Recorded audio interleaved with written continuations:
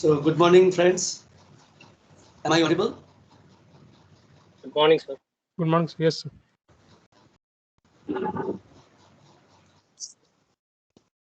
So we'll slowly start. I see 53, including me. So maybe few more will join. Okay. So let us not wait till the class is complete. So we'll start our discussion on what we had promised yesterday. That is, we will consider now how to generate, how to write down the equations of motion correctly. Okay, because that is very important. Equations of motions are to be obtained from what is known as the model. So what comes that we have to first understand how to model a system. But this modeling, so what I mean is this, suppose we have to solve a physical problem. Okay. Now this problem is physical, means that there exist physical bodies, the connections, different constraints, which we'll learn pretty soon. But these constraints or this body, these are they follow certain laws of physics. So they are physical bodies obeying physical laws. We have to analyze them. So first of all, we'll have to make some kind of a mathematical model. Mathematical model means then kind of an abstract models, abstraction. So we have a real object, real world, and we are now translating or transforming this real world into our mathematical with the help of the mathematical symbol. So this is the part of modeling. Okay. For example, as I was discussing yesterday, pendulum. So there is a mass which is hanging from a rope. So rope has its certain properties. The mass will have some properties. Okay. The mass may have some texture, some color. Okay, it is made of some material, etc. So there is a physical object. This is a physical system. And when we want to study the vibration or analyze the situation, then we'll have to make an abstraction of this. So that means instead of taking a mass as it is, I mean, there are many attributes of the mass. For example, there may be color, smell. Okay, there may be some say the mass may also deform to some extent. All these things are there. But when we want to study the vibration of the pendulum, or the motion of the pendulum, then we do not, while mathematical modeling, we do not consider its color, its smell, or any other attributes. Only we consider this to be a point mass. So one quantity we prescribe to this particular body, which is called the mass. So this is a real number which is associated with the body. Similarly, the string may have certain properties.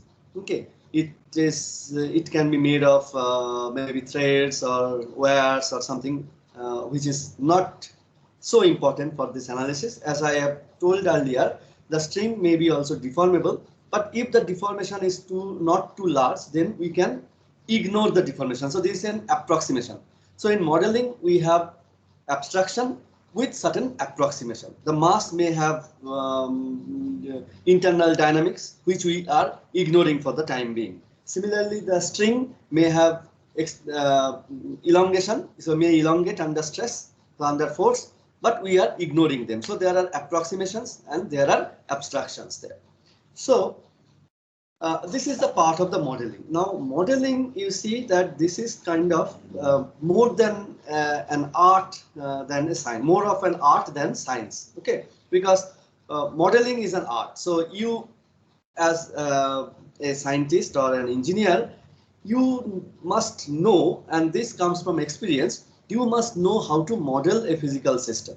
Okay, so this cannot be actually taught just that these are the rules of modeling, you follow this, that. So this is not possible. Modeling comes from experience. So not only that, your experience, but the experience of entire scientific community is with you. That means previously people made a modeling and you may improve or you may use that same model. So this comes from our experience, our collective experience. Okay.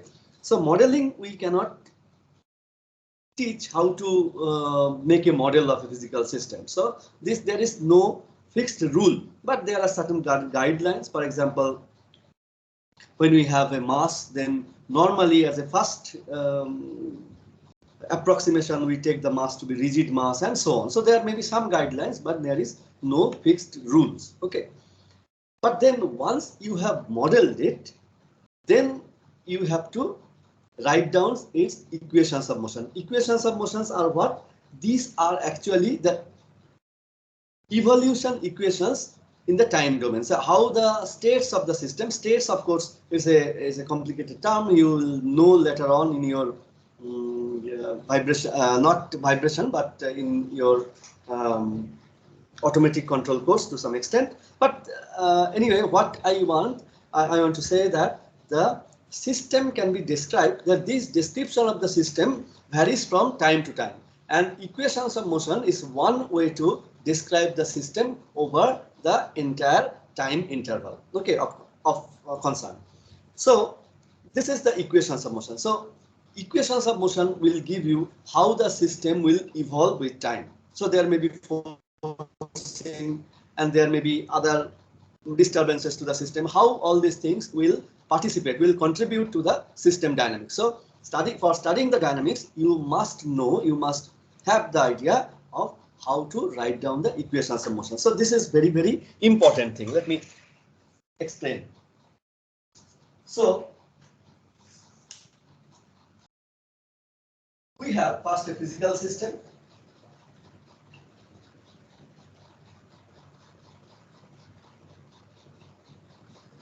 So we have a physical system. Is this visible? No, sir. Upper No, part is not visible, sir. Is it visible? No, sir. No. No, sir. Yes, yes, sir. Yes, Now, sir. right? Oh, let me just. Okay, so there's physical system.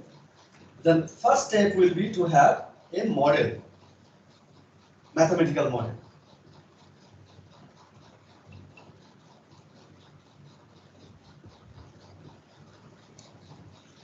Okay. After the mathematical model, we will learn how to write down the equations.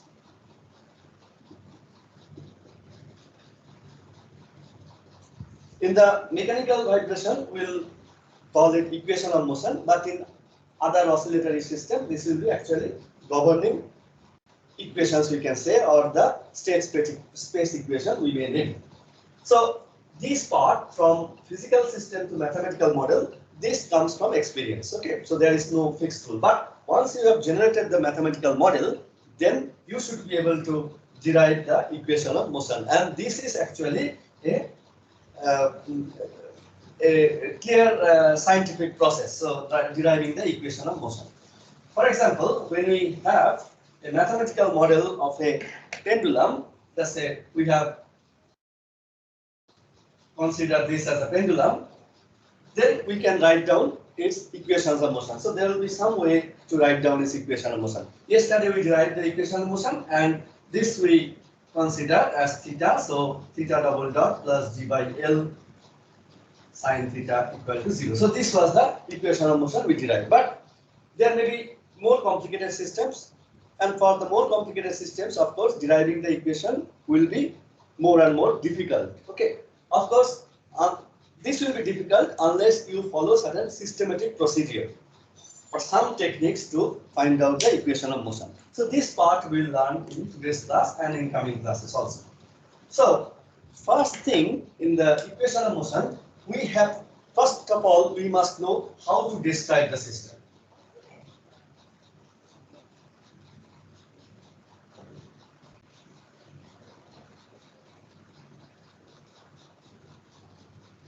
How to describe the system. So this is the first question we'll ask. That means the system will be made of a number of rigid or deformable bodies connected by springs and dampers and maybe different other things, gears, pulleys, and so on. So first thing will be that how to specify the system at a particular time instant. Okay, I'll take our old example of a pendulum. See, here, so I have this pendulum, which is made of a mass and an inextensible string. Now, how to describe this system over time? So I need, so here what we have, suppose I get x-axis and y-axis named this way. Okay. Then, of course, the coordinate of this point, this is what we have to specify because there is one mass per point mass, and this coordinate is to be specified. Now, what is the coordinate? Coordinate is xy. Okay, so xy is the coordinate. So we need to specify x and y. But if you look at it, x and y, they are not independent because this is connected by a string, and this string length actually remains constant. So this is these are two variables, but these two variables are not independent. So there exists what is called a constraint. Okay, so there exists a constant, and this constant is equal to x square plus y square equal to L square. Okay, so this is the constant. So x and y should not be independent. If it is not connected by a string, or if this string is extensible, like we had earlier, a string is there, for example, then this is capable of occupying any position. But because it is connected with the help of an inextensible string, so it can only be on the circle with this point O as origin and the radius as L. So the point mass can be on the circle only. So that means that of the xy, this should not be independent, but they must satisfy this equation. So we have here for let us say y, so we'll have x will be equal to plus minus under root L square minus y square. Okay, so this is what we will have. So what I know from here is that I can specify only y. So y I can specify, x comes automatically from it. So if you want to describe the system at any time, so what I need to know is that I need to know the y coordinate of the point. Okay, y coordinate, is the y coordinate of this one. So therefore, if this length is, I should say, I should not say y, but maybe better will be to write down y equal to x square, because x is always positive. So y can take positive and negative value both. So I will consider here. No, again,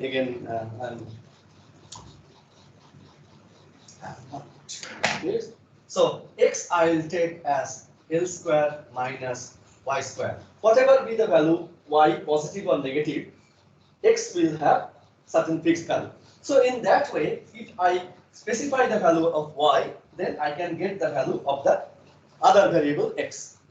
So here I need only one variable to specify the configuration of the system, that is describe the system for all for at any time. So if the time changes, so x is a function of time, so x and y, both of them are function of time. So at a given time instant, t star, let us say, I can give you, you give me the value of y, and I'll give you the value of x. So what I want to know, what I need to know here, I need to know the value of y. Okay. So this is the one single variable which can be used to describe the system. But you understand, you know very well that this is not the best way to describe the system. Okay, because I can describe the system by xy coordinate as I have done, but there may be a better way to describe the system by a single variable theta. Okay, single variable theta. So either because at different time theta takes different value, so x can be, actually if you can see that x becomes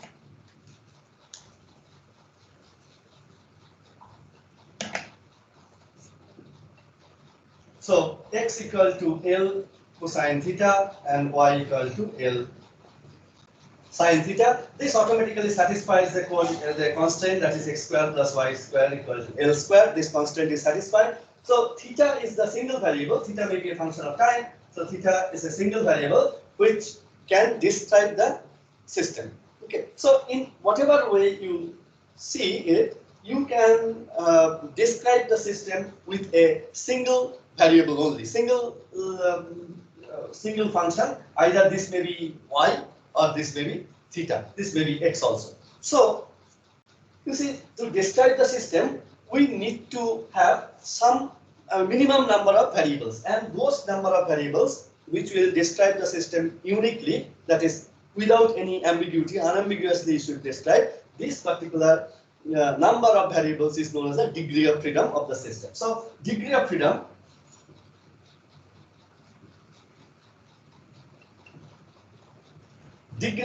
is very important concept.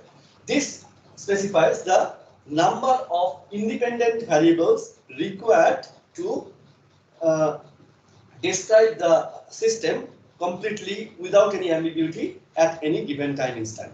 Okay, so this is the minimum number of variable required. I will tell you another system. Let us say earlier we had maybe a similar pendulum, but now it is connected with a spring. Now you see one thing here. This pendulum can take this point can occupy any point on the xy plane. Okay, if it is not allowed to go the other side, maybe the positive x plane, it can occupy. It can take any point. Okay, so that means x and y, these two are required. Okay, it's the minimum number of variables which will be required here to describe the system. So it has a 2 degrees of freedom. Okay, so it's a 2 degrees of freedom system because two variables are required to specify the position of this point mass. Okay, or the position or describe the configuration of the system. Okay, now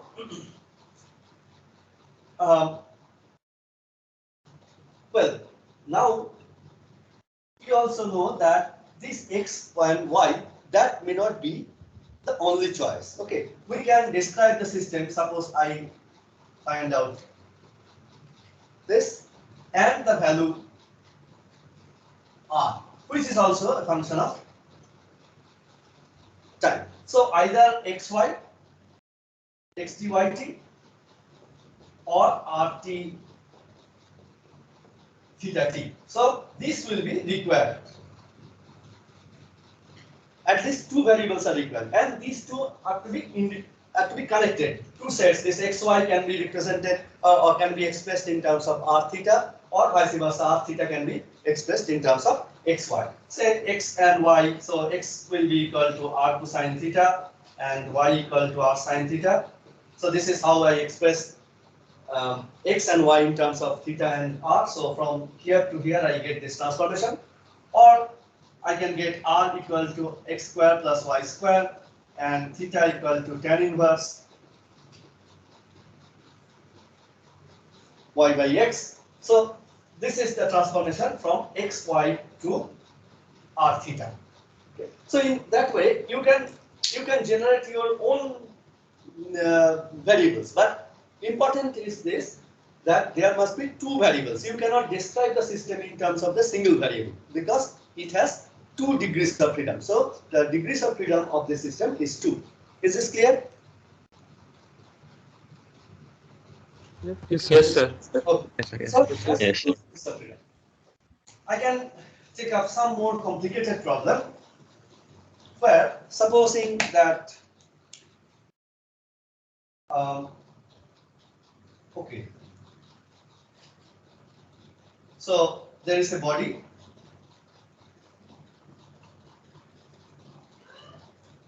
Okay. And the point here is connected So this is a body, let us say body A, and the point P is connected to the origin with the help of a spring. So now if you want to describe the system, how many variables do you need? 2. Sir, 2. Do you need 2 variables? So this is actually is a pivoted and this is an extended body. So to describe the position of P, so this is actually spring, so therefore this point can occupy any point, right? Point P can go to any point.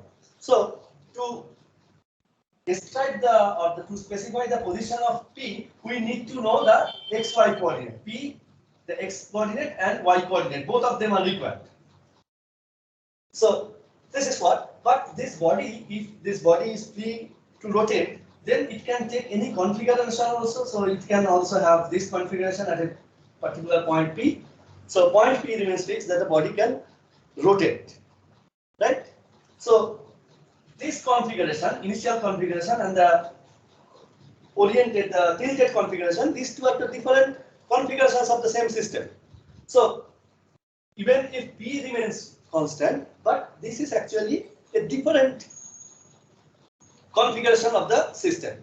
So I need one more variable at least to describe this orientation of the body. So that means that this angle, what I know that this angle made with respect to this x-axis, this is going to change. So at this position, this is the angle. At a different orientation, the angle will change. So therefore, theta t is also required here. Okay, so we need 3 variables xt, yt, and theta t to describe the system uniquely. Otherwise, if you drop one variable, if you say that it has 2 degrees of freedom or it generates 2 variables, then you are actually considering these 2 particles, these 2 bodies as same, which may not be so. Okay, so orientation, if the orientation is important, you have to take care that this orientation can be, actually should be described properly with the help of another variable or some other variable which is applicable. Okay, understood? Yes, sir. Oh, good. So this has actually 3 degrees of freedom. Of course, for vibration, 2 degrees of freedom will be necessary or will be sufficient. The other one is actually a rotation which may not affect the vibration, but the equation of motion will contain another equation. Okay, the set of equations of motion will contain one equation describing the rotation of the body. If there is a torque, for example, then the body will accelerate in the angular direction. So there will be an angular acceleration of the body, which will rotate. It may not affect the vibration of this, the position of the object, but it will definitely change the orientation of the system. That is, it will change the configuration of the system. I will talk about the configuration. Configuration means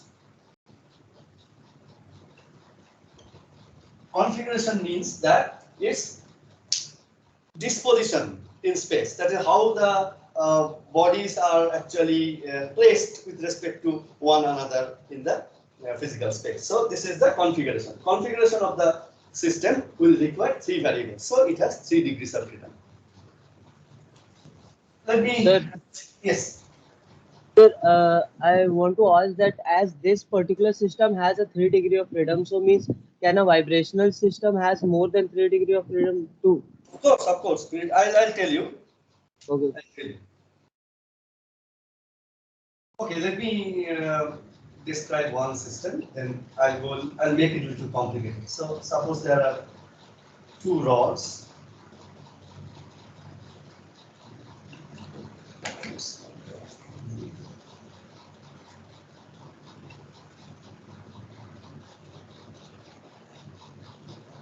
Let us say rod OA and AB. Okay. Now I want to describe the system. Okay. Now you see, first of all, I'll have to describe the position. There are 2 bodies are there, so OA and AB. So how I describe this position of OA? So one thing is that suppose this is the center of mass and this is the center of mass. Okay, at some point.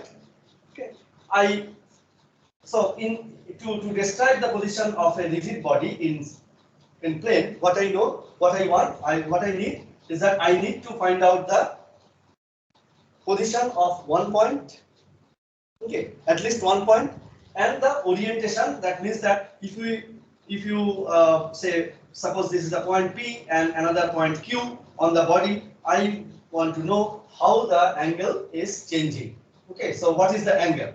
Theta t. So this I require P, the x and y coordinate of any point, and the orientation of any line with respect to another fixed line, let us say x-axis. These three will be sufficient to describe the position of the configuration of this body in plane. Okay, one coordinate, one point, the coordinates of one point, and the orientation of one fixed line within the body with respect to a fixed line in the space, and the fixed line in the plane in this case is the x-axis, let us say. So this angle with the angle of PQ with respect to x-axis, this is what we require to give. Okay, so x, y, and theta. So these three will be our requirement. Now, with this in mind, there should not be any doubt here. Is this clear? Do you have any doubts so far? No, sir. Clear. No, sir. Oh. Please tell me if you face any difficulty anywhere. Okay, so to describe this body OA, what we need, I need the position of one point. Okay, position of one point. This means that so this is the most convenient point, the point O. So I know that this is 0, 0. And I want the orientation of another point. So therefore, this is the x-axis. So maybe one line on the body, that is OA, is actually a line fixed on the body. I want to know the orientation of this this line with respect to another fixed line on the plane, that means x-axis. So I require theta 1, right? Theta 1 t I require. Okay, now and let me tell that this is L1 and L2. Okay, so I require theta 1 t to describe the position of the configuration of body OA, the position of body OA, or the position of any point on the body OA, that is the configuration of the body OA. For body AB, what? Yes. Sir, Yes. but we also need x and y also, na, to define that particular position. Yeah, point. So this point is fixed. So therefore, this is x1. Suppose this is x1, y1. So this is actually 0. x1 equal to 0, y1 equal to 0. Sir, but what about a point? Point A is automatically fixed. So if you consider, let us say point A, I'll come to that point. So I'll come to it. Come to you. So for body AB, what I require here is the position of point A. Okay, and the orientation of AB with respect to another fixed line, that means x-axis. So I require this angle, let us say theta 2 prime. Suppose I call this is the theta 2 prime. Okay, so this angle will give you the orientation of AB with respect to x-axis. So it will give you the orientation. I need to know the position of point A. Now this position of point A, see, it can be actually, it is fixed because these 2 points are connected. So therefore, if you get the position of point A from body 1, the first body, so this will be the position of same point same point lying on the body AB. Okay, so position of body A, so x coordinate of point A, XA, what will be that? Once you know this L1 length, so you can find out this will be equal to L1 cosine theta 1 t, right? And x and YAT, this will be L1 sine theta 1 t. So now you see one thing here. The point A, which is lying at a distance L1 from here, the position can be expressed in terms of theta 1 only. Okay, theta 1 only, because XA is L1 cosine theta 1. If you take any other point within this body, if you know this length, suppose this length is L1 prime, then the position of this point A prime will be equal to L1 prime cosine theta 1 and L1 prime sine theta 1. Right. So in that case, only if you know the theta 1, because this point is fixed, if you know only theta 1, you can find out the position of any point on the body. So all the points are now known, the positions of all the points are now known if you know only a single variable theta 1. Of course, provided the body is rigid body. If the body is deformable, then of course we need to know position with the help of more variables. But if the body is rigid body, then one single variable theta 1t will be sufficient because this other point is fixed. Similarly, if you want to know the position of any point on this body AB, suppose this is the point, let us say P2 point, which is lying at a distance maybe B distance away from A. So what will be the position of P2? So what will be the position of P2? P2 position, this x1 coordinate, so x2 t will be equal to this distance plus this distance, which will be equal to L1 cosine theta 1 plus B cosine theta 2 prime, right? This is what we'll have. Similarly, y2 t will be equal to L1 sine theta 1 plus B sine theta 2 prime. Fine. So any point, the position of any point on this body AB can be known if you know the value of theta 1 and theta 2 prime. So only two variables are required to get the position of any point on this body. That means that this system can be configured or can be described without any ambiguity with the help of these two angles, theta 1 and theta 2 prime. Of course, theta 1 and theta 2 prime need not be the only angles, because I can just extend this line and denote this line as theta 2. So what is this? Theta 1 is this angle with respect to x1, and theta 2 is the angle with respect to OA extended. So this is the relative orientation of AB with respect to OA. So either theta 1 or theta 2 prime, or theta 1 and theta 2, which is equal to theta 2 prime minus theta 1, you can very well see. So either this set or this set you can use to describe the system completely. Fine. Clear? Yes, So sir. Yes. you are saying that the point A, why don't we require, why don't we consider another variable to describe the point A, to the position of point A? But as I have shown that point A's position is completely known once you know the value of theta 1. Is this clear? Yes, sir. Okay. Yes, sir. Yes, sir. sir. Okay. So here we require now 2 degrees. Excuse me, sir. Yes. Yeah. Sir, you can lower your camera so that you can have some space on the. Yes. Tell me. You can lower your camera somewhat, sir, so you can have some space. Yeah, that's okay. Yes. Oh, yes, sir. Little the same, right? Anyway. Yes, sir. It's okay now. Okay. So, so see here what we need, that we require, say, one can also think of writing down the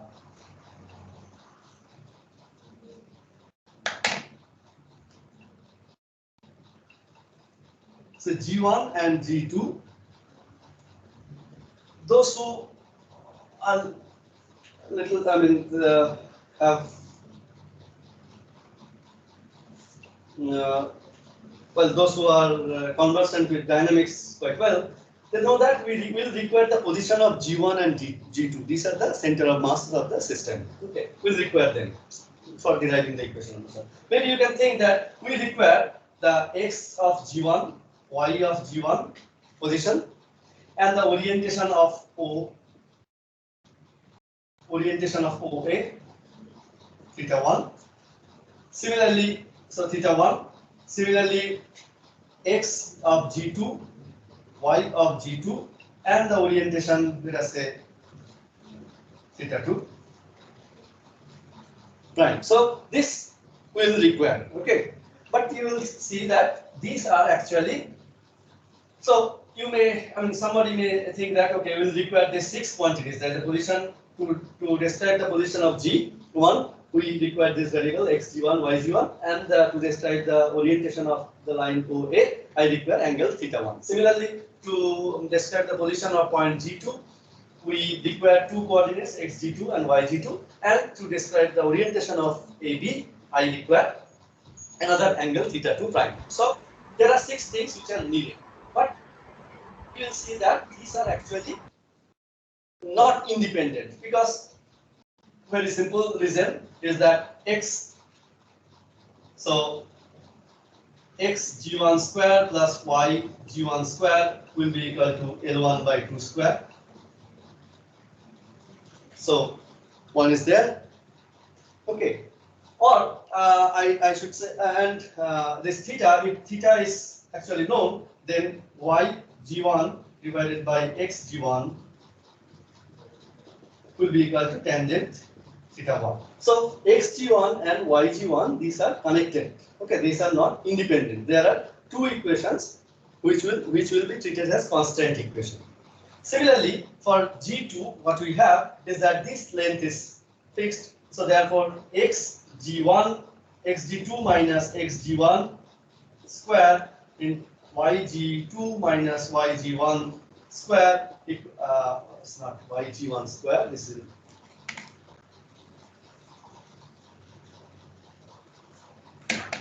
so this is one relationship. Another relationship is this point. So this distance, which is equal to L by 2 square, and that will be equal to xg2 minus this coordinate, which will be equal to L1 cosine theta 1 square plus yg2 minus L1 sine theta 1 square. So this condition has to be satisfied. What I say is that this length is fixed. So the coordinate of this is xg2 and yg2, and the coordinate of this point is L1 cosine theta 1 and L1 sine theta 1. So again, these are connected. Similarly, this angle, so yg2 minus, let us say, L1 sine, maybe this, okay, L1 sine theta 1 divided by xg2 minus L1 cosine theta 1. This will be equal to tangent theta 2 prime. So there are 4 equations. Okay.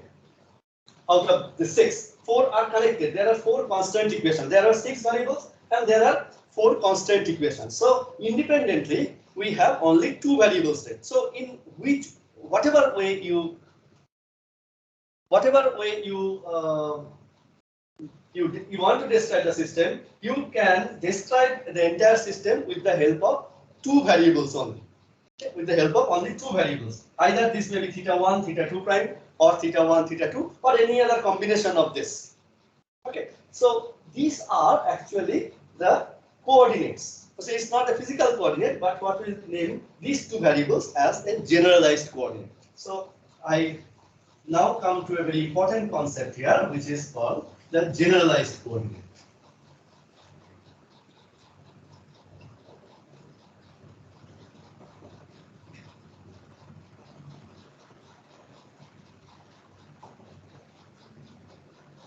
Generalized coordinate. So in the first example, let us say of pendulum, we had this theta 1. Okay, theta. This was only the variable, on the single variable, which was able to describe the system completely. So this is actually the generalized coordinate of the system. Coordinate of the pendulum, this is x, y, but I need not consider x, y to describe the system. I can take any variable, any combination of x, y, and the single variable I can condense the xy to a single variable, whatever may be, that may be theta, that may be some other quantity, I don't care, but there has to be one single quantity which will uniquely and unambiguously describe the system or describe the configuration of the system. So this particular variable will be called the generalized coordinate. So generalized coordinate is those coordinates which will describe the configuration of the system obeying all the constraint equations. So this is very important thing. So generalized coordinate, what I say is that suppose there are two springs and two masses.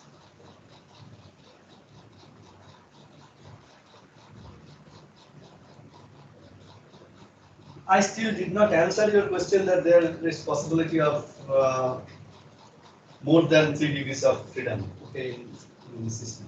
But here you see that this is the position. This is the there are two mass particles M1 and M2, and there are springs. This is K1 and K2.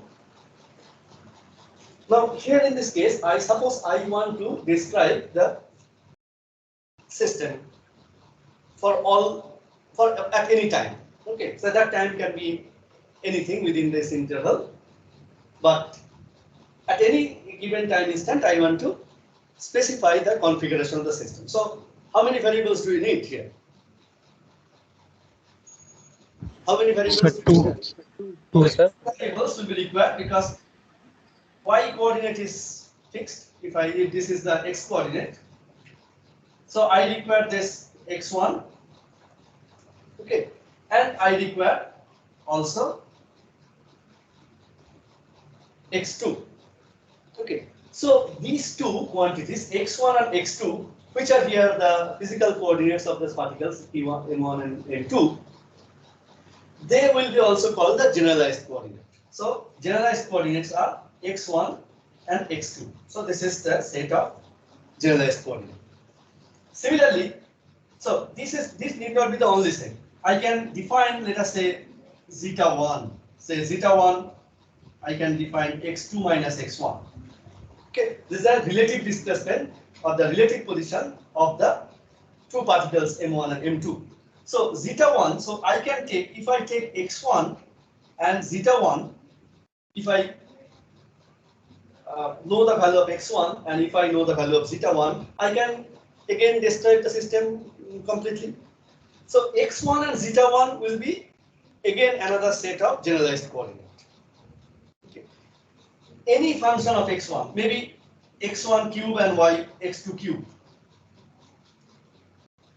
Any function of x1. This may be also generalized coordinate. I can define as a new variable, let us say eta 1 and this is eta 2. Eta 1 and eta 2 can be also generalized coordinate. They need not be, they need not have dimension of physical coordinate meter, but they can be generalized because if I give you the value, if you give me the value of eta 1 and eta 2, I can immediately take the cube root of this one and find out the value of x1 and x2. So any combination. So this need not be even so. This may be more complicated. Let us say eta can be a function of x1 and x2, and maybe zeta may be a function of x1 and x2. These are functions such that they can be inverted. That means we can find out uniquely value of x1 and x2 when eta and zeta values are given. So the inversion has to be possible. Otherwise, we cannot find out x1 and x2 from here. So this eta and zeta, again, they can work also as like any other coordinate because we can define the system with the help of eta and zeta, these two variables. So these are also generalized coordinates. So any two variables which can which can give us the configuration of the system completely, this will be known as the generalized coordinate. Is this understood? It's a very important step, but I Yes. want assurance that you have understood that. Yes. Not only x1 and x2, but any other combination of x1 and x2, any functions of x1 and x2, which is of course invertible, this will be qualified as a generalized coordinate of the system. Okay.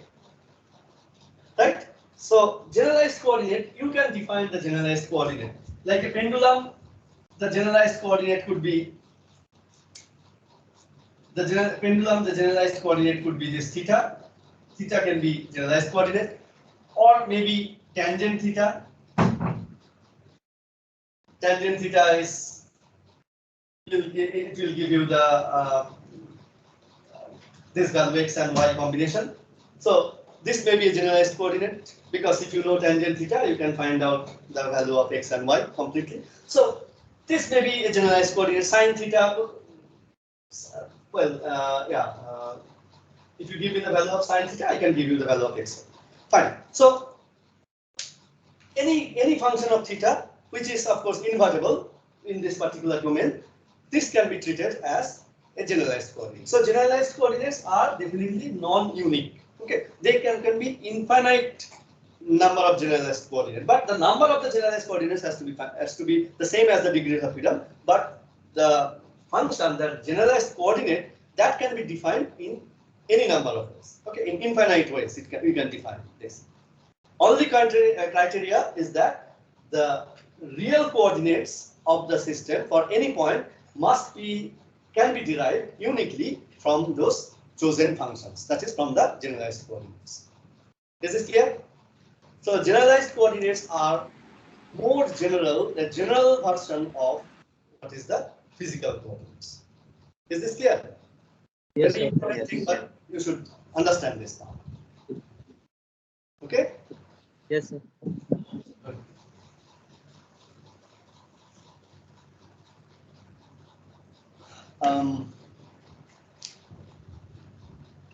I have some time left. So generalized coordinate. Okay. Now, so if you have generalized coordinate, then I can get generalized displacement and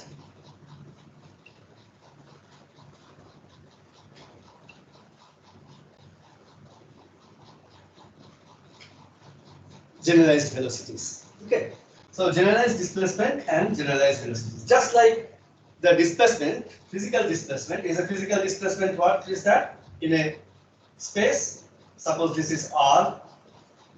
The physical, suppose point P1, P moves to Q, P2 here. So the physical displacement will be equal to, this is R2T. So physical displacement P1 to P2, this will be equal to R2T minus R1T. So this is the physical displacement.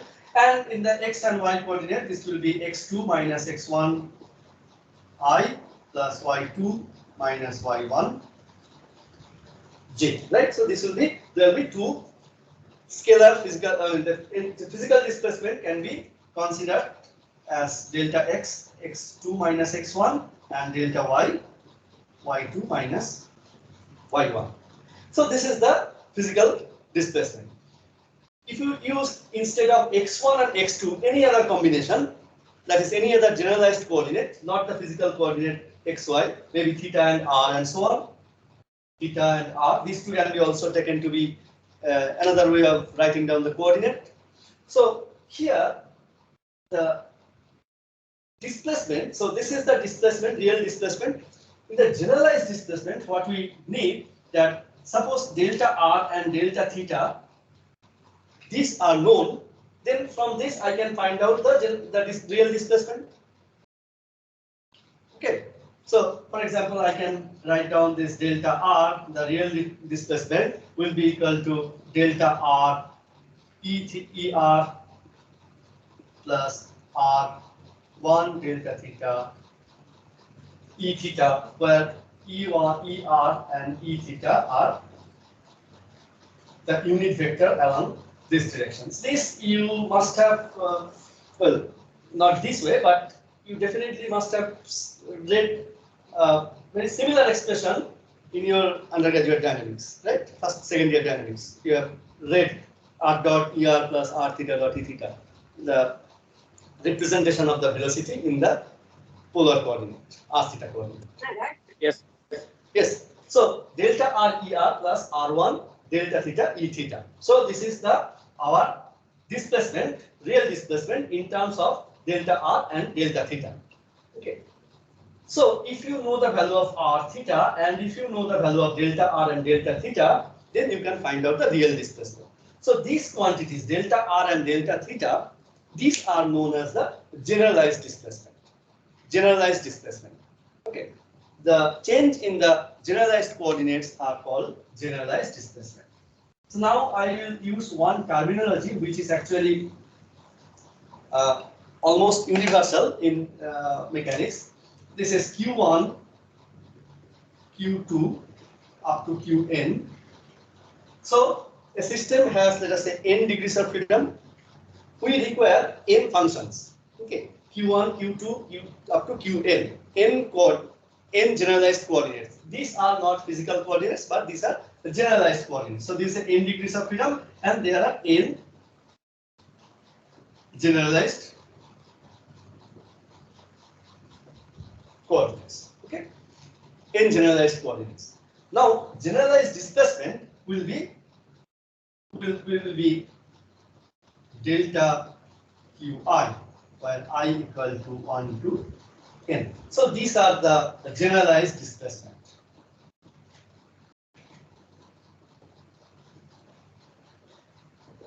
Just as the physical coordinate can be expressed in terms of generalized coordinate, similarly the physical displacement can be expressed uniquely in terms of this generalized displacement. So generalized displacement is more general, or the generalization of the physical displacement.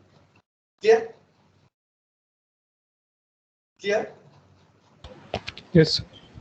Yes, sir.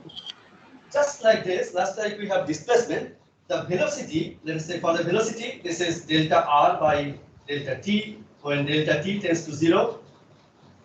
The velocity of a point is like this. Similarly, we have generalized velocities.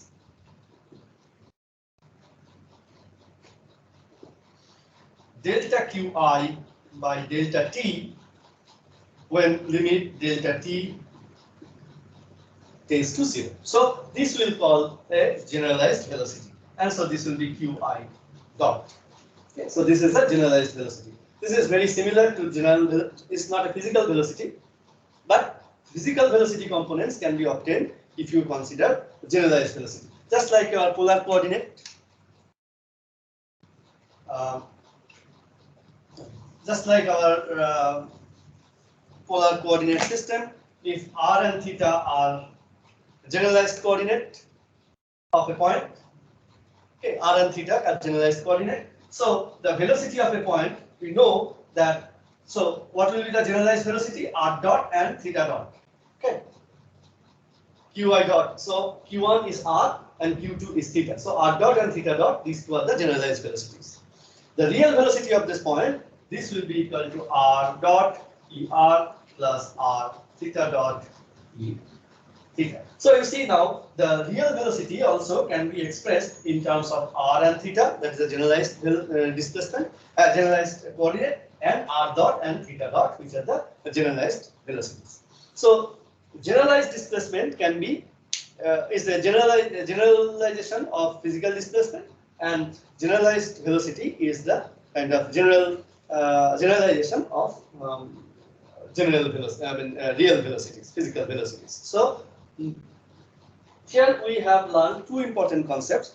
First of all, generalized coordinates. You should know it very clearly, and you should understand generalized coordinates, generalized displacement, and generalized velocities. Why I am doing all this is that we'll use one technique where we require this kind of generalized coordinates and its derivatives, generalized velocities. We can have generalized acceleration also, just like physical acceleration, we can have generalized acceleration. Generalized acceleration is nothing but double derivative of generalized coordinate, that is qi double dot. But this will not require, so I mean at this stage, so generalized velocities will consider definitely. After that, why I am doing this is that when you write down the equations of motion, you express this equation with the help, like m mass times the acceleration of the point is the net force. So that is the Newton's law. Okay, and acceleration you express xi double dot, yi double dot, and so on. So real acceleration components you take. But I want to study, because this system may not be most easily described in terms of x1 and y, x and y coordinate. As you have seen, that pendulum is most easily described by means of an angle theta rather than x and y. Okay, so we may have a choice to choose our generalized coordinate, and we will definitely like to frame the equations of motion in terms of those generalized coordinates. So that is our motto, that is our objective, and with that we are actually, for this objective we are proceeding. So first we have defined generalized displacement and generalized velocities. Next class I'll talk about a very important concept, and conceptually very important. This is the virtual velocities and virtual displacement. Okay, so in the next class we'll talk about the virtual kinematics, that means the virtual displacement and virtual velocities. Okay. Because we'll use these virtual velocities, of course, and the generalized velocities and coordinates to derive the equation of motion. So next class I'll talk about the virtual velocities and virtual displacement. Okay, right? Yes, sir. Yes. Okay. Good. So today's class, do you have any question? You may tell me, please. Anything which you have not understood. So if you do not understand at any point, please let me know. I am here to explain you again and again. It's my job. So please make it clear that you understand everything before you leave. Okay. So you may tell me the questions if you have. Okay. Sir, Yes.